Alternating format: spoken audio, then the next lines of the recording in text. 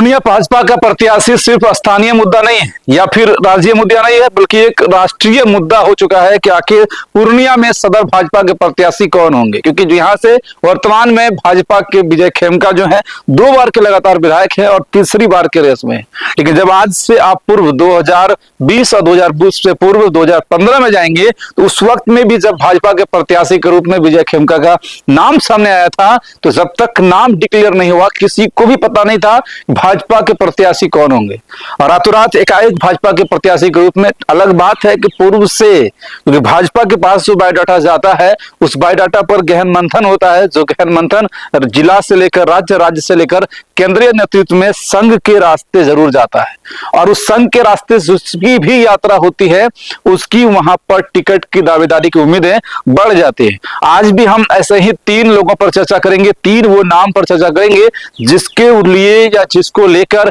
एक वायरल जो है लेटर है या सर्वे के रूप में, चाहे वो फेक हो या फर्जी हो, वो लगातार वायरल हो रहा है। सिर्फ यही नहीं बल्कि शाम 4 बजे से ट्विटर पर ट्रेंड भी कर रहा है एक नया नाम, उसकी भी चर्चा करेंगे। लेकिन उसके अलावा सबसे पहले हम आपको बता दें कि विजय खेमका ऑलरेडी विधायक हैं ही, तो उनके नाम की चर्चा तो होनी ही है, या तो कटने की या फिर मिलने की। कयास ये भी लगाए जा रहे हैं कि टिकट कटने की पूरी संभावनाएं हैं।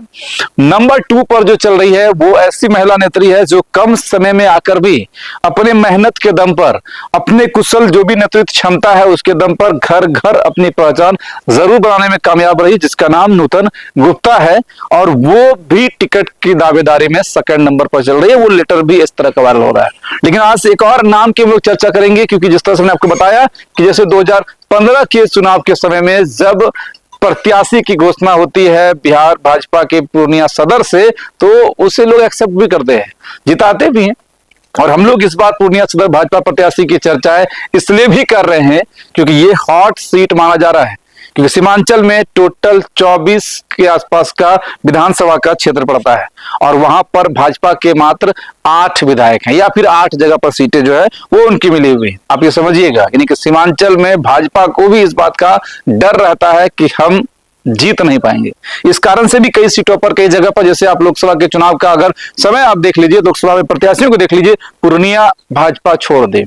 कटिहार भाजपा छोड़ दे, किशनगंज भाजपा छोड़ दी, और उसके बाद जो है वो अररिया, जहां पर कि वहां पर भाजपा के प्रत्याशी हुए। यानी कि सीमांचल के 4 जिलों में से 3 जिलों में भाजपा के प्रत्याशी नहीं हुए, बल्कि सिर्फ 1 जिले में भाजपा के प्रत्याशी हुए। उसी तरह से मैंने आपको बताया कि सीमांचल के टोटल 28 जो विधानसभा के उम्मीदवार हैं उसमें से 8 ही जगह पर जो है वो भाजपा के प्रत्याशी हुए थे। अब ऐसे में सवाल उठता है कि बिहार के इस सीट को लेकर यहां तक कि दिल्ली में भी चर्चा हो रही है, जिसमें एक नाम जो आज बड़ी तेजी से गूंजा 32 साल के अंबुज भारद्वाज का, उसकी थोड़ी सी हम लोग कहानी बताते हैं। जिस तरह से प्रशांत किशोर की भूमिका 2014 में मीडिया पीआर को लेकर थी, और उसके बाद जब चुनाव जीत गए तो पता चला कि एक लड़का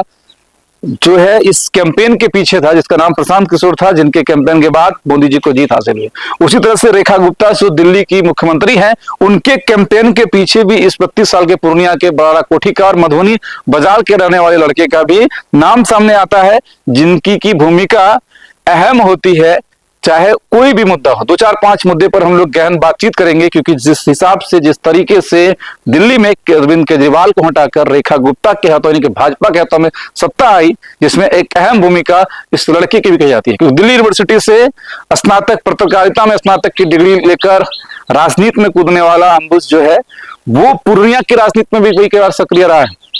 कई सारे पदों पर भी रहा है। संघ से इनकी रास्ता शुरू होती है और संघ से रास्ते के बाद अभी दिल्ली भाजपा और मुख्यमंत्री के सलाहकार के रूप में ये काम करते हैं। और साथ ही साथ जो बिहार के भाजपा की कमेटी है उसमें भी एक मुख्य भूमिका में जरूर रहते हैं। नरेंद्र मोदी जी के साथ, योगी जी के साथ, या जो भी इनके स्पेशल कैंपेन होते हैं सोशल मीडिया इन्फ्लुएंसर के रूप में, या फिर जिस भी तरह का अगर कुछ आयोजन करना होता है तो उसमें एक भूमिका अंबुज भारद्वाज की जरूर होती है। और 32 साल का ये अंबुज भारद्वाज कई सारी चीजें, कई सारे नाम जो है वो इनके नाम दर्ज है। और उसमें सबसे अहम ये है कि इन्होंने शराब कांड जो अरविंद केजरीवाल का शराब घोटाला था उससे उजागर किया। उसके अलावा और भी कई सारे इस तरह के थे जिस चीज से आप ये कह सकते हैं कि वो मुद्दा नेशनल मुद्दा बना, राष्ट्रीय मुद्दा बना। ऐसे में बैकएंड यानी कि भाजपा के पीछे से अब अलग बात है कि इस बार इसके नाम की भी चर्चा है, इस कारण से हो रही है क्योंकि हमने आपको पहले ही बताया कि ये वो सीट है जो सिर्फ 5 साल के लिए प्रत्याशी नहीं तय करेगा, बल्कि आने वाले अगले 50 साल की राजनीति पूर्णिया सदर विधानसभा तय करेगा। इसलिए इस सीट इस बार खास है। उसके अलावा कई सारे ऐसे आंदोलन है, कई सारी चीजें हैं, जितना बता पाना शायद हमारे लिए भी संभव नहीं होगा क्योंकि कुछ समय की बात होती है। लेकिन 32 साल के लड़के की आज एकाएक नाम की चर्चा पूर्णिया भाजपा से इसलिए होनी शुरू हो गई क्योंकि शीर्ष नेतृत्व में जहां जहां पर पकड़ होती है, जहां पर डायरेक्ट सीटों की चर्चा होती है, वहां पर ये लड़का उसके पूरे मैनेजमेंट को देखता है,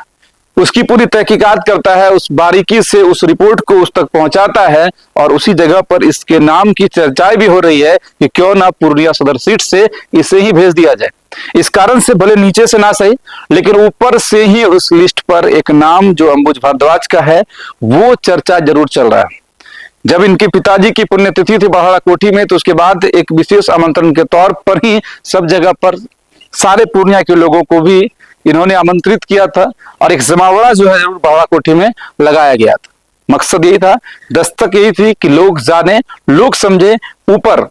केंद्र में बैठे लोगों से, राज्यों में बैठे लोगों से इनकी पकड़ है, मजबूती के साथ इनकी बातचीत वहां पर होती है। जो ग्राउंड स्तर की बातें हैं, क्योंकि हमने आपको ये भी बताया कि भाजपा वो पार्टी है या फिर जो केंद्र में रहते हैं या जो सत्ता में रहते हैं वो एक ऐसी पार्टी होती है जिनको अपने आप पर ही विश्वास होता है कि हमारा जो भी कैंडिडेट अगर जाएगा अपने वो सीट पर, कुछ ऐसे खास सीट होते हैं जो कि फिक्स होते हैं किसी पार्टियों के लिए और ऐसे सीटों पर पार्टियों को भरोसा होता है कि हमारा उम्मीदवार वहां पर जाएगा तो हमारे पॉलिटिकल वर्कर्स, हमारे कार्यकर्ता इतने डिवोटेड हैं कि वो उनको जिताकर भेजेंगे ही। तो ऐसे कुछ खास सीटों पर लोग ऐसे जगहों पर इस तरह के लोगों को भेजते भी हैं और साथ ही साथ भाजपा को पूर्णिया में ऐसे उम्मीदवार की तलाश भी है जो घुसपैठ के मुद्दे पर, क्योंकि जो नूतन गुप्ता का भी हम आपको नाम बता रहे हैं, जब बखूबी हम लोग इनसे बात किए एक बार दो बार या जब इनसे बात करते हैं तो किसी भी मुद्दे पर परखर वक्ता के रूप में भी बोलती है। और उसी तरह से अंबुज भारद्वाज का भी नाम आ रहा है कि जब इस तरह के मुद्दे सदन में गूंजेंगे या फिर पूर्णिया सदर के लिए जब ये दिल्ली में बैठकर, पटना में बैठकर भी वहां से हमेशा चर्चाओं में अगर इसको केंद्र में रखते रहेंगे तो शायद यहाँ के लोगों को, कार्यकर्ताओं को, भाजपा को एक बहुत बड़ी मजबूती मिलेगी। क्योंकि जो भी नाम भाजपा में इधर से आ रहे हैं वो नेता नहीं और भाजपा प्रत्याशी के रूप में पूर्णिया सदर के लिए भाजपा को, केंद्रीय नेतृत्व को, गठबंधन की सरकार को, एनडीए को एक ऐसे लोगों की तलाश है जिसके अंदर नेतागिरी वाला भाव, एक मजबूत नेता हो जिस तक या जिसकी बात सीधे सेंट्रल तक भी पहुंचे या वहां से दिया हुआ स्टेटमेंट हर जगह पर है, सदन से निकली हुई बातें या सदन में जो जिस मुद्दे पर बात करे वो मुद्दा गूंजे। इस कारण से भी हमने आपको बता दिया कि 28 विधानसभा के सीटों वाला एरिया वाला ये जो जगह है ये खास है और इस युवक को कई सारे अवार्ड्स भी मिले हैं जो अलग अलग क्षेत्रों में होते हैं। चाहे पत्रकारिता में भी बात किया जाए तो नारद पत्रकारिता सम्मान, मिथिला युवा गौरव सम्मान और भी कई सारे बहुत सारे सम्मान हैं। लेकिन चर्चाएं बस यही हमको करनी थी कि आपके सदर विधानसभा से ये 3 नामों की चर्चा आज गर्म है। एक नए नामों की जिसकी चर्चा हो रही थी, जिसके नाम को लोग नहीं जान रहे थे, हमने उसका बायोडाटा उस ट्विटर से, एक्स से उठाकर आपको ये चीज आप तक पहुंचा दी कि वो कौन सा तीसरा अंबुज भारद्वाज का नाम है जो एकाएक आज 8 तारीख को, 8 अक्टूबर के डेट में वो कौन सा नाम था जो एकाएक फेसबुक पर, ट्विटर पर, इंस्टा पर पूर्णिया के लिए ट्रेंड करने लगा। बाकी आपको क्या कुछ लगता है? क्या ऐसे प्रत्याशी अगर पूर्णिया में आते हैं तो पूर्णिया की जनता उन्हें एक्सेप्ट करेगी या नहीं करेगी? और ऐसे प्रत्याशियों का क्या होगा? पूर्णिया भाजपा का इस बार क्या क्या कुछ होगा? बिहार विधानसभा चुनाव का क्या कुछ होगा? क्योंकि एग्जिट पोल या ओपिनियन पोल ये बताने लगे हैं ओपिनियन पोल में कि इस बार भी एनडीए की ही सरकार बनने वाली है। आपको क्या कुछ लगता है? कमेंट में जरूर बताइएगा। जय हिंद।